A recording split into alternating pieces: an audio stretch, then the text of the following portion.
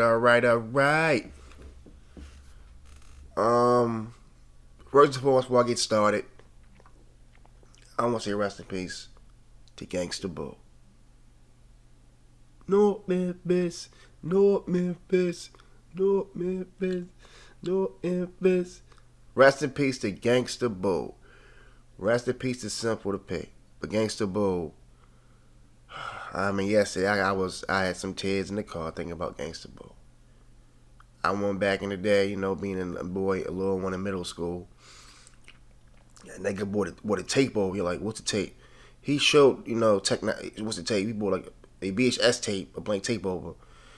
And he showed me 3 6 Mafia. Tore the club up at that time. The first time I seen him, I was like, wow, this guy's pretty good. Tore the club up.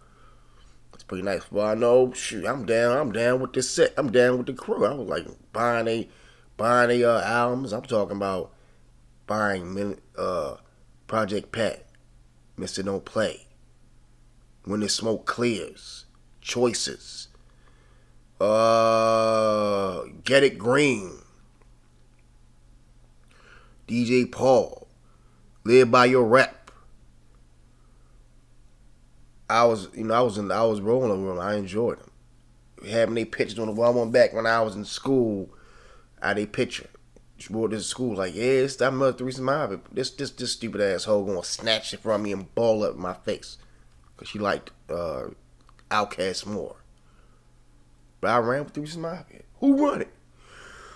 I ran with him, but unfortunately, a Theresa Mafia soldier lost now. Gangsta Boo. Lola Mitchell. 1979 to 2023. Damn, babe, you touched my life. When being a child, not caring about nothing, looking at y'all on, zipping on some scissor, and I thought she was beautiful and everything. But as we must know, and surely may, we never know how time's going to be up. So we all must make the best out of while we're here, and repent too. That's free to do, like anything else. So, Gangsta Boo, baby, I'll see you when I get there. Okay, now let me get to the subject. Let me get to the subject right now. The subject today is going to be called "Hoes on the Job." It's no time to be. It's no time for amnesia. IP is hoes on the job. It's no time for amnesia. I started working at Walmart, but I was like 21 years old, practically 21 years old. At that job, I was hollering bras on the job. Exorbitant trying to holler. I'm this one chick. Her name was Valerie. She did security, and plus she's a firefighter. Every day, her vibe was bad. Every 5-day working period, her vibe was bad every single day. For no apparent reason. I don't know why. It just was like that all the time. She's very unapproachable. I really believe all women who have attitude problems, that shit is premeditated. I don't know, from home or you ain't getting your way or some out of nowhere experience. It's premeditated. They get cool with the right person, who they feel totally interested. But with her, it was like that every day. Unapproachable. She had some red flags too. I didn't notice at the time. I try to ignore it. She smoked cigarettes. I ain't like that. I don't want you to smoke. That's unattractive. And I heard that she was racist. I heard things that she, etc. I heard hearsay. I didn't see truth. But also, she was kind of act masculine. Like she was normal like any other. She wore a Tommy Hilfiger jacket and her posture like every day. So what I'm saying is, if a chick can work masculine, manly jobs that only men gonna do, they gonna pick up men masculine shit also working there being a firefighter, being security. They're gonna pick up masculine behavior. I like a whole stay in a place, not a whole not a whole try to be my competition. She looked normal like any other, long hair, brown. After a while, she just run me. She would say cold shit to me, talk to me like I was a damn child or something. You know, get that. You're security. And that's something I don't like. I don't like when a chick try to dominate me. Even today, I don't like that. I know a hoe knows I'm a leader. Everything else is irrelevant. Your view is irrelevant. Your direction is irrelevant to me. And that's how it works. I mean, when I say every day, she's saying, I mean, 2 years always on the phone. It's cold outside. Always on the phone. Ain't much conversation in the world. And I found like she was a mother. She chose me to do that.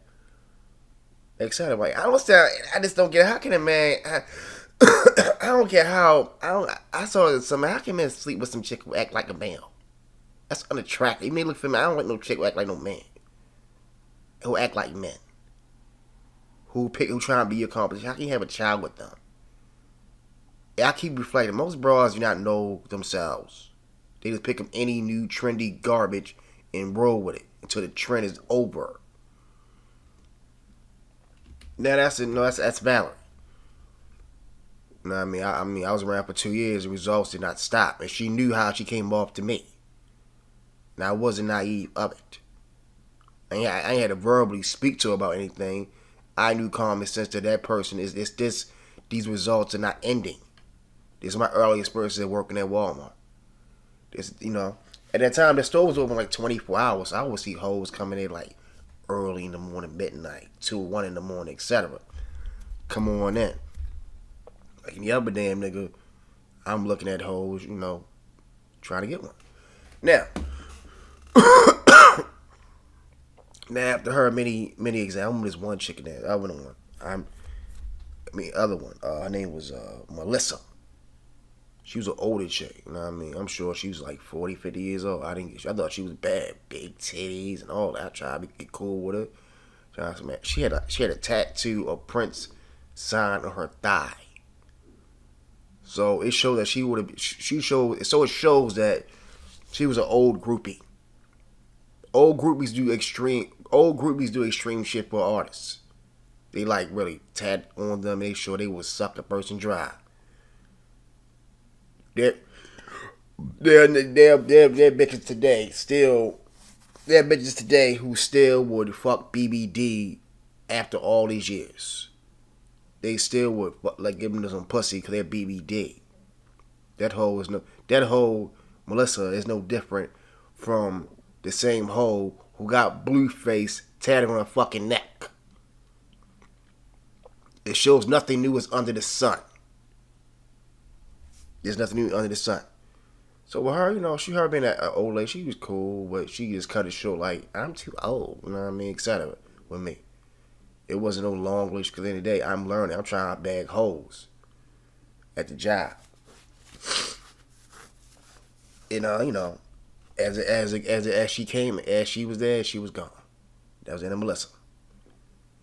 Now, okay, next one. What's the next few hoes I can memorize? And I started seeing like religious hoes, so-called sanctified, Hambada Shande, all that stuff, and don't know nothing. I'm with this one chick named Michelle. She was cool. She like talking all that, God and all this. I'm 21 years old. I wasn't really into church at this time. I was not into the word. I was not. I knew morsels of Bible. I would tell her about Job. I'm like, how the hell you so-called presenting this stuff to me and you don't know much yourself? And I saw things about her that was off too. How you looking for this type of man who's God-fearing and spiritual, and you going with a thug nigga. That man is spiritual. He is spiritual as Blueface. Come on now. And nigga was cold and hard, some hardcore nigga with her. So, and then Her didn't work because most bitches, I can't lie to myself. Most bitches don't know, but most women when it comes to the Bible, they know passages. They know commonly known passages mostly. They mostly know is commonly known passages that so and so taught them, and they stop learning from there. They know Bible. They know a teaspoon of Bible. They know a Bible like a teaspoon, not much. A teaspoon Bible knowledge. That's commonly known. Then there was the other chick named Tammy. See, I said I did not want to smash Tammy. She was very disrespectful. Her attitude was very bad. She was a manager. I thought she was cool and everything. I started seeing all this talking to me like she was a manager. And I see some chick talking to me. I'm using, I didn't want to smash this. I'm just using examples of sanctified hoes who don't believe what the fuck they're saying or believing. So, with Tammy, though, she was a very disrespectful manager. Every day, something would pluck her nerves. Oh, I tell you. She had like gold in her mouth. She was one of the hood rat hoes, I guarantee it. Go, I told you. Here and there, her mood swings were very fast. I kept my distance from her. I ain't come there with no personal problems, no nothing. Cause me, we pluck my nerves one good time. All that getting comfortable around you is not going to happen. I'm gonna keep you arm limp because you have played your role with me, and you gonna do it again. And yeah, it's gonna continue every time you stay. It's gonna come out of you one way or another, cause you know it'll come out of you. And I know it's gonna come. So best way keep your distance from me. So with her, and so with her as man, so with her as managers goes at Walmart. So managers will make up shit as they go. If you are in a workplace, some people with authority over you will make up shit as they go and say it's from the handbook. Yes, they will make up ideas as they go. Put your hair in a bun. This is back when I had long ass locks in my shoulder blade. Put your hair in the bun. No, they don't give me no damn hairstyle. Ain't no hair salon. It's Walmart. She not talking from no book. She talking about own. She wasn't talking from no damn book. She was talking from her own imagination of me. That's what that so-called holy roller was talking about. I kept my distance from her because it was too much disrespect out of her mouth. And somebody did talk to her about her attitude. Like a person did. No, it wasn't no. It was another coworker that they word for word for. I know that bra was gone. I learned, over time, don't please weave through sanctified hoes. They don't know Quran well. They don't know Bible. They only know a teaspoon of the holy divine word that they know. A teaspoon. Most of them do. I mean, I had comments over time. So, okay, let me fast forward. Next hoe. I remember Mika. I could have smashed Mika. Mika, she was cool. But she was ugly. I mean, ugly. Something, this might sound kind of cold, but I think she was cool. She was cool. But I think this, her having a child, some nigga took one for the team. I believe some nigga took one for the team in her case. Because, I was at her house with her. She was cool. I was up there watching. I was watching be the 25 years. I was trying to watch not working cable. The cable was not working. I was sitting there. She was getting some shit. Really, if I had the right word to say, I probably would have had her. I would have had her ass a decade. Simply, I didn't want to fuck her. I thought she was already on track. So I just kept it coworker. I kept it a new ass.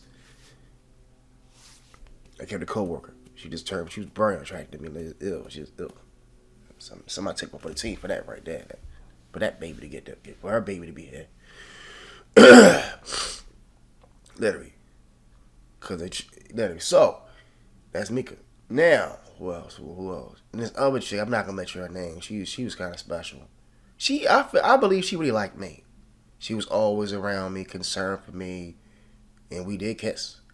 I did kiss her. I kissed a chick on the job. I mean in the lips. So yeah, she was cool with me. And she if I ever had put my Mac game in her damn head real quick, it would have got the business. But I kept things simple.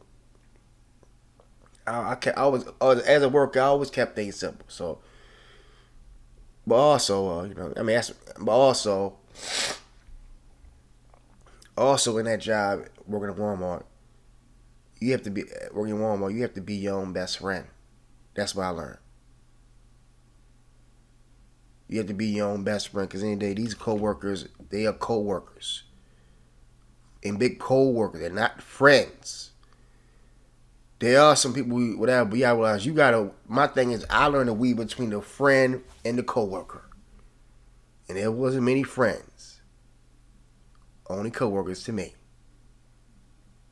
A person you think you cool, the next minute motherfucker want to say that you're not doing your job, or want to fight with you over, or want to argue with you over a box or something.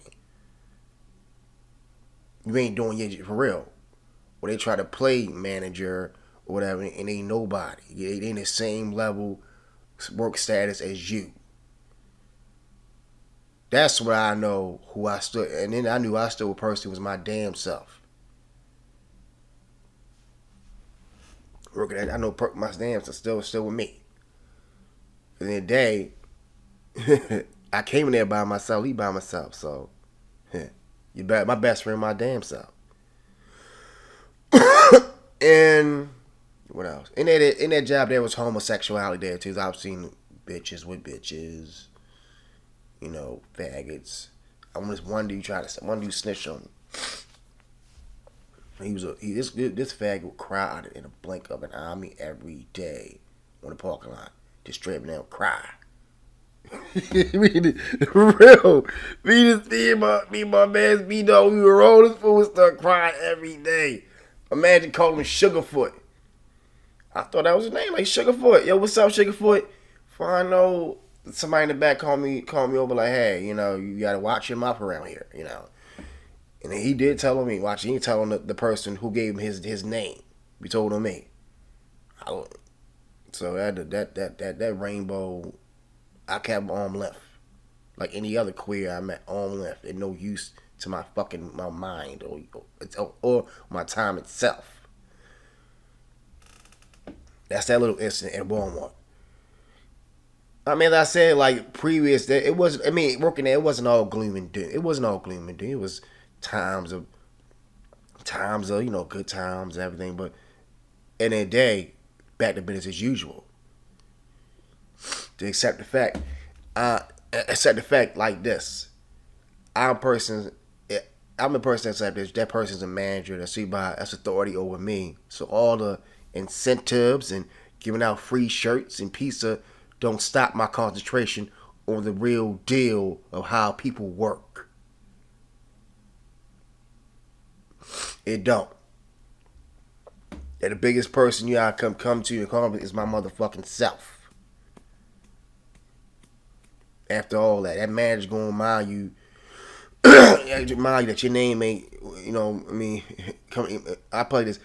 When it comes to authority figure, supervisor, manager, whatever, all that, we from the same hood, we grew up in the same project and shit, it's going to end right there. You ain't Tateezy, you ain't Theezy on the block, you Terrence now, nigga. You hear me? You ain't that Theezy from over on motherfucking Cold Spring, you Terrence. When you up in here, we working here with me. You Terrence, all that street shit disappeared. You ain't on the block, you ain't on Cold Spring, nigga. You are Arbutus, Maryland. You at 37, they won't mind you who the hell you is. Your street name will disappear and call you your given name. So all that, pro-black brother, the white man, throw that shit. They gonna mind you, brother. I'm Cream Abdul-Jabbar, nigga, you working 3720. Go get that pallet done. Go over there and get them shelves done. Fix that brake pack box. They gonna remind you that I run you. I'm your boss. I'm your manager. I'm your supervisor. You listen to me. All that, all that shit, all that friendship is dead. That's why you learn. That's why I continue to learn. Your own best friend, and the best person you gotta keep to is your motherfucking self, and don't think nothing else about it. Keep. It's the truth. This a little common sense that I picked up over time prior Walmart. I knew my best was me. I mean, I ain't no authority talk. I don't like being dominated. Simple as that. I don't like being dominated. That's a no. You better be with me or you against me. Most of us not with me. They remind me of that real fast. They remind anybody. So no, ain't no friends there. Your best friend is you. And I mean, yeah. Now back to the hoes. Let me get more. I got a couple more in my head that I try to knock down. Now, oh my lord! I remember this one chick in there too. She was bad. Her name was Danica Reese. Being 22 years old. I thought she was gorgeous. She had big titties. She had a piercing under her chin. Every day for some reason, I didn't know her vibe was becoming bad. Like, I didn't know I was sitting there, so her vibe would be bad. I'm like, what's wrong? She would say shit like, I'm nice. The vibe ain't matching the words. I'm nice. So after a while, I got some courage and I saw the break room and I thought she was beautiful. And I liked it. But by me saying that she was on her phone, she's not, I don't mean like somebody, I mean actually looking at her phone, not giving me direct eye contact. So she was being disrespectful. That is disrespectful when you're not giving some direct eye contact, when talking to you and using a fucking device that don't talk to you at all. And I left that room. I left that break room a little upset. And I went on. And after this with me, every day she would ignore me. I mean, for like 10 months she would ignore me. Seeing her by the time clock. Seeing her in her area where she a cashier. Seeing her being a greeter. Seeing her just coming in ready to clock in would pay me no mind. That's the results I got of honesty. This is 10 months. And I ain't saying a word. I can feel the vibration that it's negative towards me. Now, I mean, and down the line, I thought she had a child. And the thing about, and also, it's something that I can really say about, I learned this during that time in the war. If a chick catches the bus, fuck them. If you got a good whip and they catch your bus, fuck them. Because they don't make you their bus. They gonna make you their Uber. Because you're giving them, because you driving around, dropping them home. They gonna make you their Uber. You gonna take them off of South Hilton to home if you choose to. Or cut a shit like, nah, you gotta get that bus, baby. I was doing shit like that. Taking bitches taking them from the bus stop, taking them to work. All that, taking them to work, taking them home from work to Patapsco. This is me so-called trying to negotiate a pussy deal. And it did not work. 20, come on, like how many times, how many times can you see gas wasting, taking a bitch from Arbutus to Cherry Hill? During that time too there, that was the first time, in that job, I witnessed something called, what this chick did to me, she did some things that hurt my feelings. I witnessed her give me something called complaining.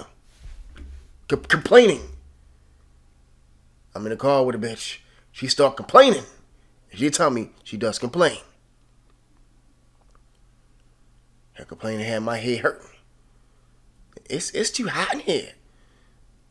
And you know, doing that when that happened to me, I got some trouble behind dealing with miscomplain. Complain got me locked up. But God's mercy didn't happen. So, and I ain't see miscomplain. I ain't no miscomplain no more. I don't remember her name was like. That little Zan complaining. The name is I ain't doing miscomplain anymore. So beyond, beyond beyond now beyond like dealing with coworkers. Beyond that, I'm talking about customers. I will see customers coming in with next to nothing. I mean, bikinis on with next to nothing, dressing like a hoe with their child. I seen a bitch with panties on her head. This bitch who did not come in looking like, did not give a fuck about what they look like. For real. No bra on and breakdown. When motherfuckers stirring them. I mean, I remember, I'm all seeing this. I would see bitches kissing bitches and shit like, wow, you know. Like it's nothing. Attention seeking hoes. Everything. Yeah. Homosexuality was in Walmart. It still is Walmart right now. Like I said, that's like I said about that one homosexual. I was, Walmart, yeah. I don't know. I just knew, like I said, your best friend. Oh well, overall, the customers. I would try to holler at bitches and whatever. Well, how you doing? Whatever. What's your bags? You want to get them cereal for you? I'm trying to bust a hoe up in that. Most of them was very like, well, most of them customers cool. Some would just play me no fucking mind. They know everybody want to fuck.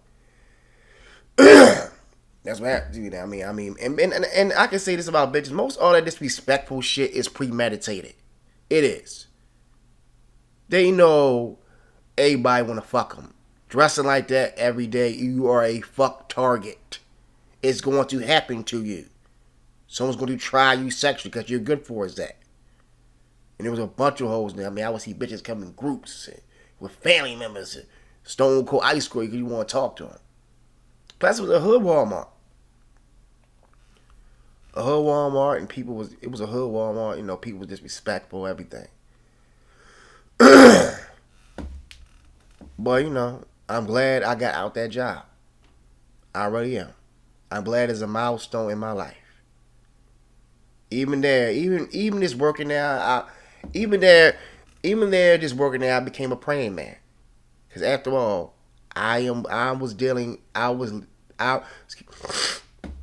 after all, working there, I'm in the lion's den at that job. Because the man just will fire you. Will talk you like you some shit in the trash. For real, like, where was you at? Give me that paddle, you got 5 minutes. Hurry up, where was you at all day? Go in that aisle over there. What you doing? They were niggas. They were niggas who were friends with managers. Literally had they full number, like had they number, call them up and shit. Like, yeah, I got his number. I got a number. Yeah, myself. Hell no, I'm not gonna call you when you talking like I'm some garbage in the street, and you don't apologize for it. I'm not gonna call you when you. No, there's no contacting you when you cross me. When you cross me too much. That's simple. I know. I know to keep you arm length. You come at me sideways too much. There are niggas who's like that. Unfortunately, this nigga right here knew the difference between authority and friend. That's that. Now, as I was saying, I became a prayer. A prayer because this is the lion's den. It could be your last time working there. Some man will threaten you about your skills or claim some garbage they think you ain't doing right. It's there. It's I thank God. I thank God that it didn't get serious. Like somebody coached me talking about You trying to talk somebody in here, whatever. I'm thinking go and get that circle. They were niggas out in that job who had faced the fire, who had fought fire behind messing with a chick. There are niggas who had children with hoes on the job. There's some niggas who had locked up on some ass and they didn't see the piece of ass. There's some niggas who locked up on some ass and the ass they got at that job they had to sip every day because the chick made it happen. Unfortunately, I didn't get that far on the job with a hoe because I knew I don't eat wild shit. It's business. Now if she about to leave or something or quit, then we can go. But as long as as long as I'm working with this broad in these four walls, it's a no. Ain't gonna work. Cause the mood will change in the blink of an eye. And it did at that job. The mood did change in the blink of an eye and show me don't ever get no hope in nobody in that motherfucker. Don't get no hope for some love that's not there. Don't get no hope a bitch who can be a chatterbox. Don't get no hope with no bitch who don't know who she want to be sexually. Don't get no hope on no broad that's someone you can't get no hope with no broad that's not standing with you. That's standing with you. The biggest hope I had was my common sense of every day working a daggone 8-hour shift. It was on me. Like, nah, let's get out of here. But I thank God I didn't get that service. Like, well, we gotta fire you. I mean, yeah, it did get service for me in that job. It did. Like some queer going to claim this and that, and what I said about that is the truth. But I was spared of losing my job because the amen was with me, and he always was with me. But holes on the job is something to be cautious of. And the customers and the holes in the job, they was something to be cautious of. That's why I advise people, don't date nobody at your job, your work of business. Don't believe the internet. Somebody talking to some deep philosophy about a woman. Don't. The hell with that bro at your job. Keep things off the clock. That's the biggest thing. I say, keep things off the clock. You want to find a bet, keep them arm limp. Oh, hold up. And it was just, hold. I'm about to bring this to a close with this. Now, it was other chick. Her name was, oh my goodness gracious. Whew. Her name was Kanisha. This bitch was a hood rat. I'm telling God, honest truth. Me in 20, so she had the biggest ass. She reminded me of a stripper. She had the biggest ass, and then niggas looking at her like they looking at some KFC chicken. At that job, I was trying to talk to her. I ain't talking like, I talk about a conversation. How you doing? Whatever. Simple first grade conversation. And this bitch got snappy on me like, she'll say something disrespectful. Don't play with me. In the blink, don't play with me. I ain't say nothing like disrespectful. Just don't play with me. I don't know how I trigger her fucking mood. Don't play with me. Hey, what's going on, Kanisha? You okay? Don't talk to me, yo. And automatically, she knew that me and her did not bang. I didn't say this just randomly out of the mood. Don't randomly. Don't talk to me, yo. That hood rat was vicious. I was thinking to myself, if you so-called not approachable, how the fuck you have I would think in my mind like this thing, if you so-called unapproachable with all this defensiveness, how the fuck you have a child? That's some shit I do not grasp too well. If these bitches are so unapproachable, I don't want to be approachable, how the fuck they give birth to a child? I do not understand. If you are so-called don't want to be pleasant and so you don't pleasant, how do you give birth to a child? Because you gave some pussy to somebody that you into. They gave some pussy to someone. That 18-year span of life didn't come out of thin air. So they got naked with somebody they want to give their ass to. So I don't leave that fucking daggone that whole hype talking that garbage. I don't. But it was something. But But it was like I'm on these. I'm gonna end with these last two hoes and I'm gonna cut it. I'm on this one chicken and she seemed cool at first. Her name was Zaria. I was thinking of like, man, I was saying shit like, hey, we should one day we take a picture together. She seemed cool at first, and I started seeing as the chick stays at the job and gets comfortable, you start seeing the real true hoe come out. Bitch, I was talking to some nigga like, bitch, you a bitch. This is a break room. You a bitch. You a bitch. She just say anything come out fucking mind. She was the most disrespectful hoe in the world. You a bitch. You a bitch. You talking to this nigga like he was nut. Nigga was cool about it. She was disrespectful every day. Don't help me. Go ahead, yo. Go ahead, yo. Go ahead, yo. This is a 21-year-old hoe. And I seen that behavior in 30-year-old bitches, 40-year-old bitches, 50-year-old bitches. They've been this type of bitch since they was in school. So that disrespectful behavior has no ending, no age bracket. It don't. Don't be fooled by a bitch turning 50 years old and have this so-called vast wisdoms, because most of them don't. They disrespectful as hoes as children. They're going to be disrespectful as hoes when they become an adult. Even when they become grandma. And over they will be disrespectful as grandmother. Some hoes you have to really correct.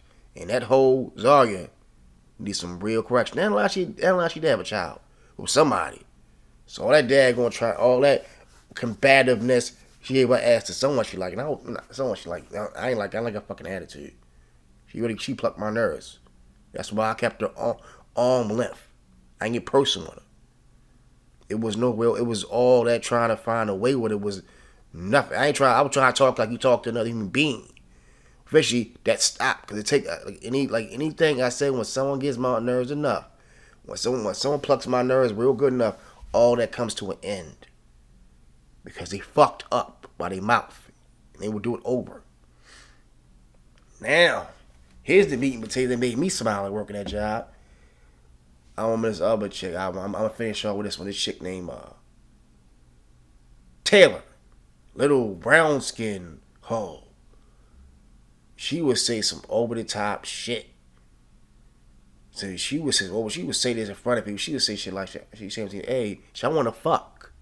Straight said it to me. She did in front of people. I want to fuck. Look at this bitch like, huh? This rarely happens. She's I want to fuck. I was looking like, huh? I didn't believe what she was saying. She did it for shock value. It was for shock value. Cause when everybody leave that room and get to their pallets, no numbers were exchanged and no pushing the issue were exchanged. You just did it out of just boredom.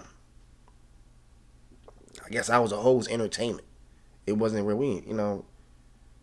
A scene, a hoe that makes scenes. And she made the scenes. I was telling that girl like, she can be an indictment. That's why I kept Taylor on limp too. Because I knew on my logical mind that this job is business. Don't find no hope in no one. The best hope is you. Get the fuck, you do your job, go the hell on. So, today's episode.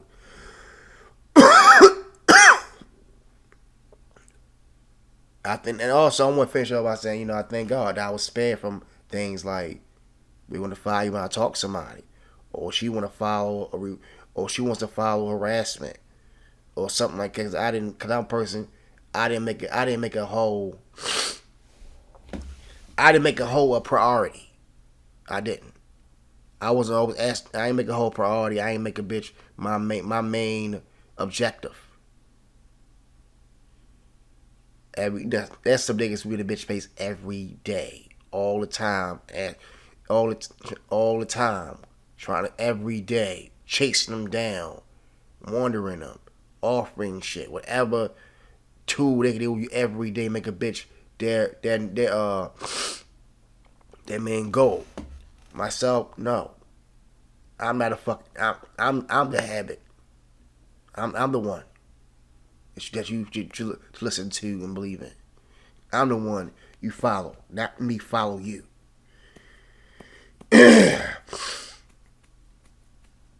So that's my little tale of working at Walmart.